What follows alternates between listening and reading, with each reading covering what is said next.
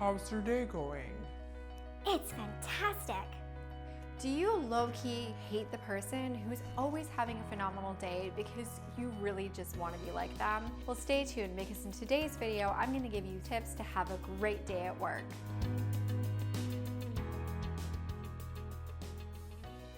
Welcome back to my channel where I help you slay your career and cultivate the successful life that you want. Several weeks ago, I wrote a post on Thrive Global about how to have your best week ever, and I had such a great response on it that I wanted to expand it and make it into this video. Because obviously I want you to have a great day. That's going to help you be positive at work, and that ultimately gets you the pay, the promotions, and the praise that you really deserve. With that, I have 4 tips to help you make today your best day and this week your best week ever. Make sure and stay tuned all the way to the end of this video because I actually even have a bonus tip for you. If you're ready, click that like button and let's get right into it. Tip number 1 is to have a plan. I know, like 70% of you want to click off this video, but before you do, just bear with me because I promise you it's worth it. I'm not going to ask you to do anything crazy and go over the planning deep end like I have, at least not in this video. The thing is, if you know what you're going to do on each day and ideally even know what order you need to accomplish those tasks in, you're just naturally going to have a better day. Why is that? Well, aside from the obvious that it's going to make you more productive, there's actually a few more perks that go along with having a plan for your day as well as even for your week. Having a plan is going to help you prioritize your tasks. You can even tackle the thing that you hate to do or don't like doing first of all, and that's going to actually improve the rest of your day where you're going to spend the rest of your day doing the things that you truly enjoy instead of just dreading having to do that one thing that you keep on kicking the can on. It's also going to allow you to work from a more proactive place because if you're not working reactively to the things that are happening, the things that are coming up, you're actually able to prioritize and anticipate the needs and deliver results before any emergency actually arises. And isn't that the dream? And it's for those reasons, my friend, that having a plan is going to pay off in dividends. Because if you're proactively planning and you're taking things head on before there's actually any issue, you are going to save yourself from encountering potential problems down the road. And I know nothing can ruin your day faster than an unexpected issue. And even if one of those problems does arise, you're going to be in a much better space to actually take it on and get it resolved as quickly as possible. Now, there really is so much that goes into planning as well as prioritization. And I know not everyone who is watching this video wants to become an avid planner who's doing up a Stephen Covey 4 quadrants prioritization schedule. But what I do want to make sure you walk away with is something that everyone can do no matter where you are on the planning spectrum. And it's actually quite simple. All you need to do to have a better day in terms of planning is write down the 3 things that you need to do.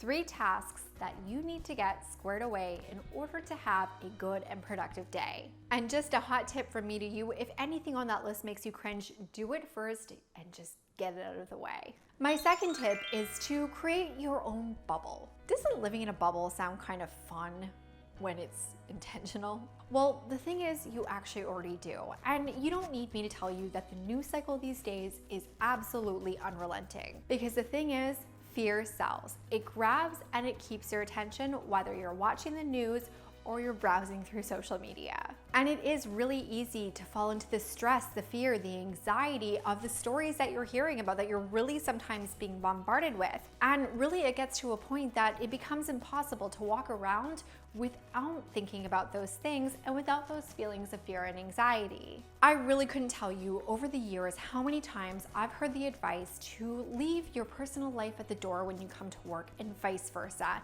And while I think it's great in theory, I think that in practicality, especially when we're looking at really extreme things in terms of personal events, political events, and your emotions, it is actually almost impossible to fully compartmentalize your life. If you're experiencing an extreme emotion, it's basically impossible to leave it at the door. And while you can't control all of the things that happen in your life or in this world, be they good or be they bad, what you actually can control is what you do consume.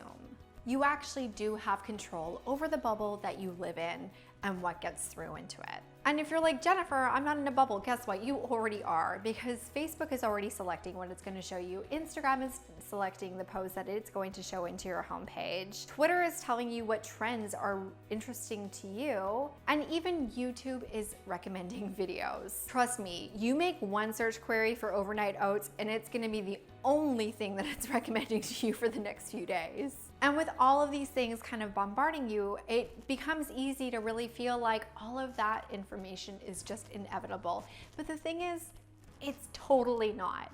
It's controlled by a computer algorithm, which is only responding to your behaviors. So really, if you want to change the information that you're receiving on these platforms, all you have to do is change the information that you're interacting with. Now, similarly, there might be other things that are filtering into us that we don't really enjoy. Say Aunt Susie, who is often posting posts that are just really obnoxious and maybe a little bit bigoted on Facebook.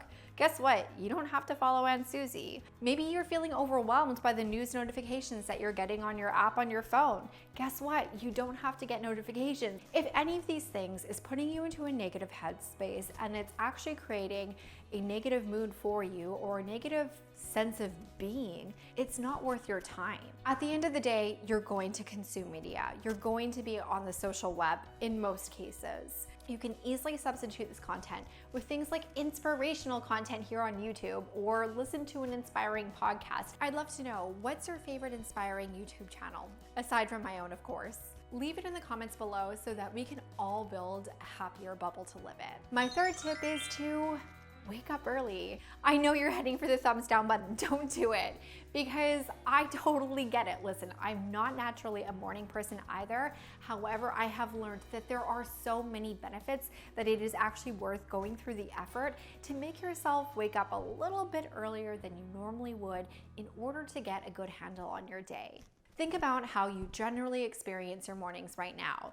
You wake up, you've probably hit the snooze button a few times, you get up, you're late, you have to quickly get ready, you run through the shower, you throw on whatever makeup, you pick up some clothes off the floor, you get in, and you're making it just in time for a meeting, and maybe you're a few minutes late because, well, the subway was delayed because, of course.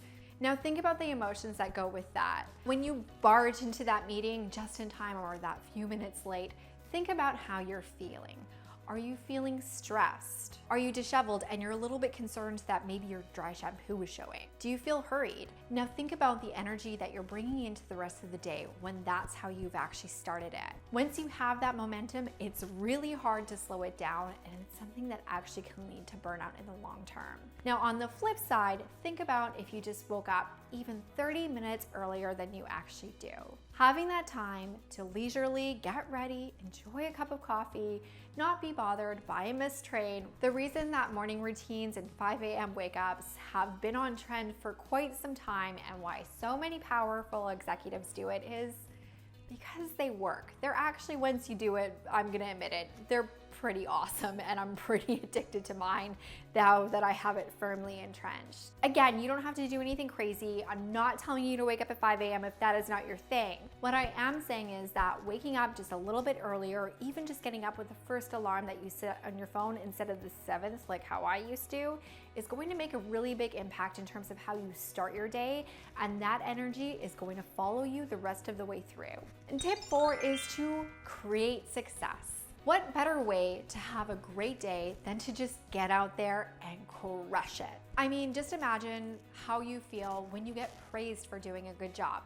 I mean, that's an automatic good day, right? How about getting a promotion, or even just a flattery of having a headhunter in your inbox? Because, I mean, let's face it, even if you're not looking, it feels pretty good to get hit on like that, right? And ultimately, the more that you're able to cultivate the career and the success that you want to experience in your professional life, the better your day will be every single day. Trust me, at the end of the day, nothing feels better than reaching new levels of your potential that you didn't even know existed. I really want this to be your experience, and that's exactly why I created my free masterclass, to help get you there. I created it to help you change the game, to help you create the career that you really want to have and get the pay, the promotion, and the praise that you really deserve. If you're interested in checking it out, go to capdecasolutions.com/masterclass and you can register to watch it on demand. I hope to see you there. And of course, link is down below. Now, once you've implemented these 4 simple tips, you're going to find very quickly that you can't remember the last time that you had a bad day. They're going to help put you in control to cultivate the life and the success that you really want. And once you do have those squared away, you can focus on my bonus tip for today, which is to have a positive attitude at work. Being positive across all scenarios at work is going to put you squarely in control of having a great day at work. I know, you've probably heard, Choose your attitude. I wish it could be that simple, but there's actually a little bit more to it than just choosing to be a positive person. That's the first step. But there's actually a couple of other things that you need to do in order to maintain a positive attitude at work, especially on the hard days.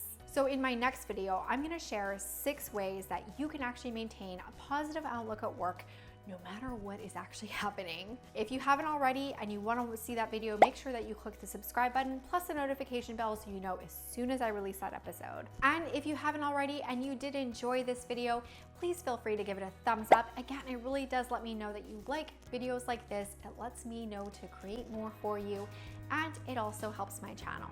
And of course, if you think this would inspire someone that you know, feel free to give it a share. Thank you for being unapologetically ambitious, for investing the time into creating the life and the career that you really want, and for watching this video. I'll see you in the next one. Bye for now.